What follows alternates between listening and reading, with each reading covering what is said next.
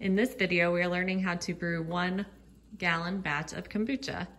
And to get started, we are boiling 4 cups of filtered water.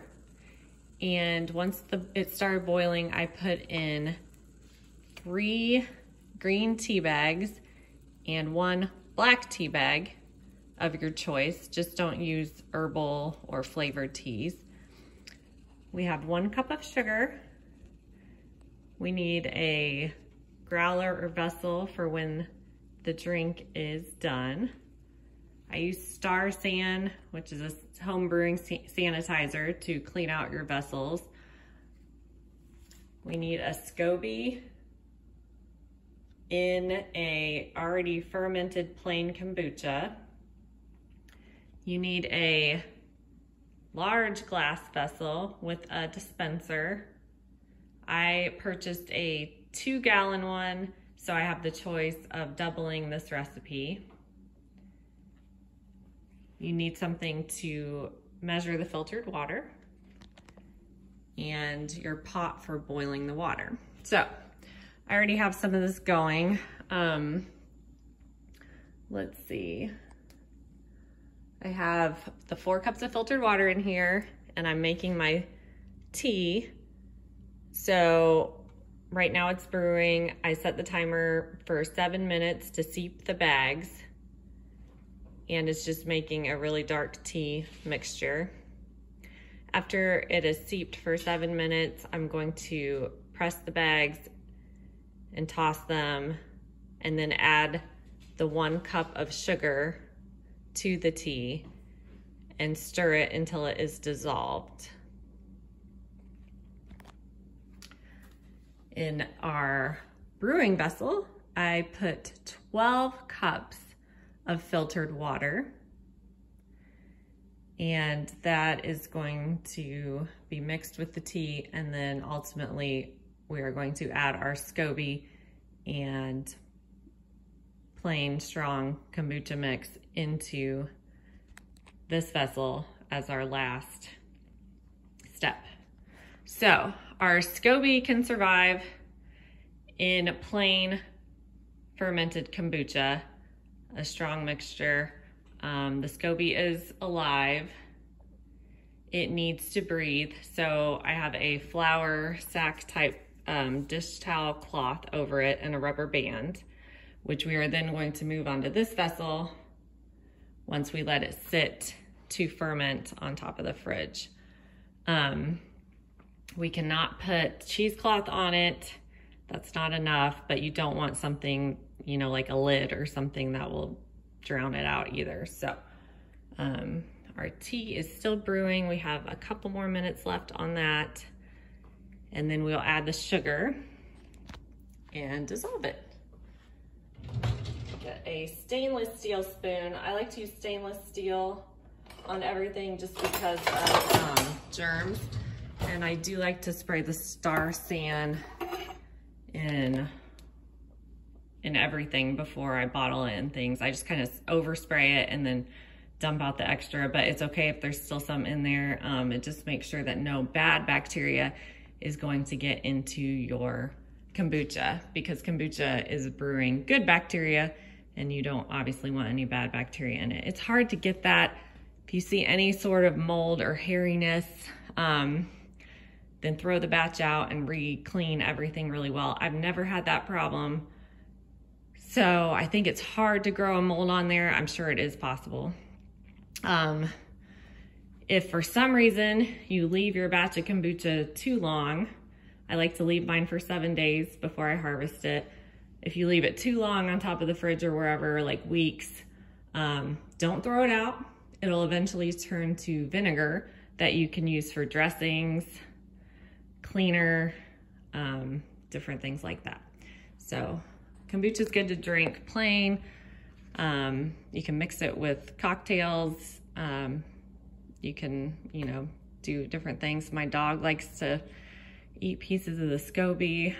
You know, it's healthy gut probiotics. So, all right, so we're finishing up our tea here. I'm gonna turn the timer off. So then what we do is get all the tea that we can out of these bags. So press them out.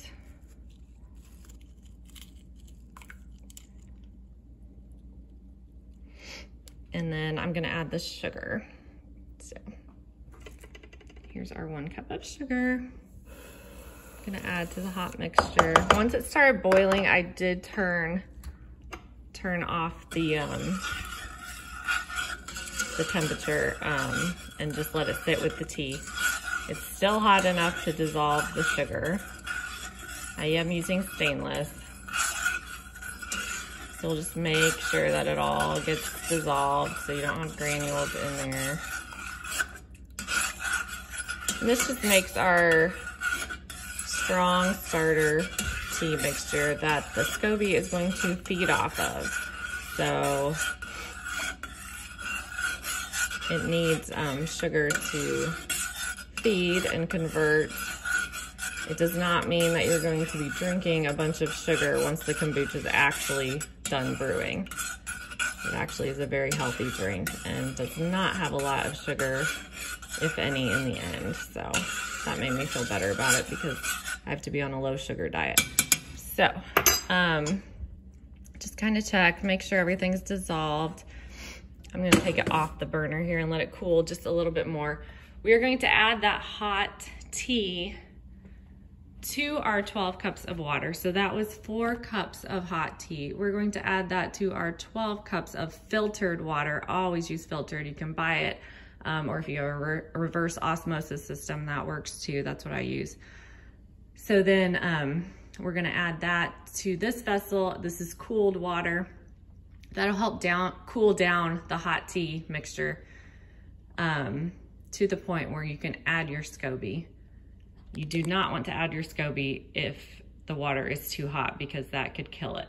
So they're pretty hardy. They seem to grow very well, but just in case, you know, just make sure it's not too hot for your Scoby. So I'm gonna take off this rubber band here.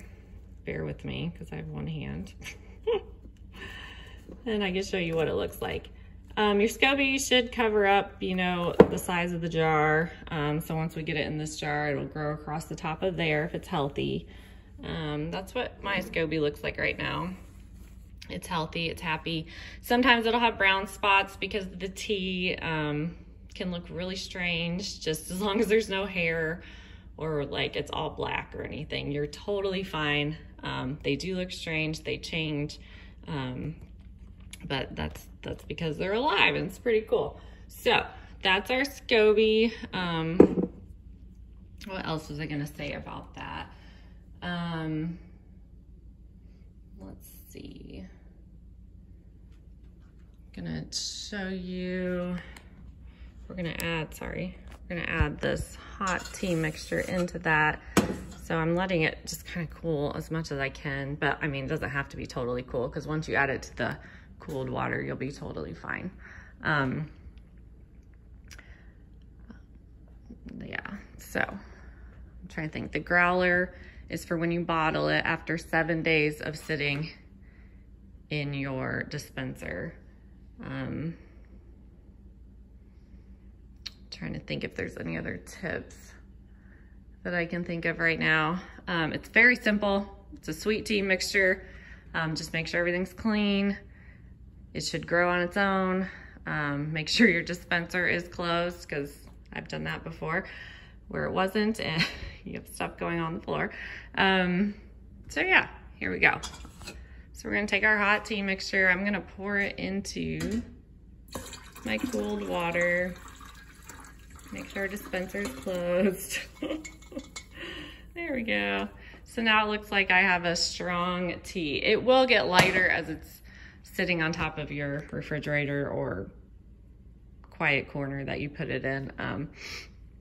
So then as long as I make sure this is cooled enough, which it feels like it is for the Scoby, I'm going to take this Scoby.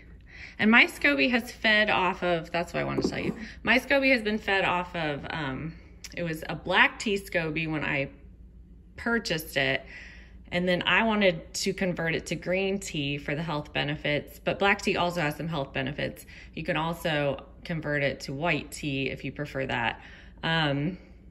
So So what I did was I started with mostly black tea, and then I added like 1 green tea bag for the first batch and subtracted 1 black tea bag. And then I went eventually to what I said earlier, which was the 1 black tea bag and 3 green tea bags. So now mine is mostly green, but I kept some black in there for the flavor. And my Scoby, I'm sure, likes it too. But you can convert things like that. There is a way to convert from sugar to honey, and it's called June. I have not attempted that yet, but you would have to do that slowly too. So your Scoby, you know, is used to feeding off of a certain thing. So just slowly do something if you're gonna change it. All right, here it goes. So that is my really strong kombucha mix from my last batch. And plop in my Scoby. So I wanna put all of that in there. Just like that. And then I'm gonna clean this jar out. And once I harvest the kombucha after 7 days and put it in my clean growler, you'll probably need 2 growlers. That'll make about 1.5 growlers to 2. Then I will take the Scoby back out of this when I harvest it, put it back into this jar that's clean, put 2 cups of the plain kombucha that I had just brewed in with the Scoby. Never leave the Scoby without kombucha. Never put the Scoby with flavored kombucha. And then I'm gonna put the towel over it again with the rubber band like you saw earlier. So right now I'm gonna move this towel over to our vessel, and then I'm gonna put the rubber band across the top of it, and then that, I can't do it with one hand, and then that is how I'm going to store it on top of our fridge for 7 days. You can check on it, you can try it. Basically, it's done when you think it tastes good. It can be stronger. The more you leave it, sweeter, the less you leave it. So you're welcome to taste it. I just leave mine 7 days. It's easier for me just to think like that, but you can try it. I don't do second fermentation. I know you can if you want more carbonation and flavor. So what you do for that is get a juice or syrup and add that to your kombucha after you take the Scoby out and some plain kombucha for your Scoby. Then add it to your vessel, and then you'd wait another probably 3 or 4 days to let that feed off the sugars of the juices and flavor your kombucha. I'm not a pro at that, so I'm not gonna, tell you everything about that, but I like it plain. I think it tastes like a really good light tea, crisp, refreshing, healthy. So yeah, so that's basically the basics of it. If you have any questions, let me know, and I hope you enjoy it. It is fun. It's been a lot of fun for us, and it's definitely saved us tons of money. We were buying, bottles of it at the store, even in bulk, and it was so expensive. But we definitely have seen benefits from it and believe in it, and we hope that you benefit from it too and really enjoy it. So thank you for watching, and let me know if you need anything. All right, bye.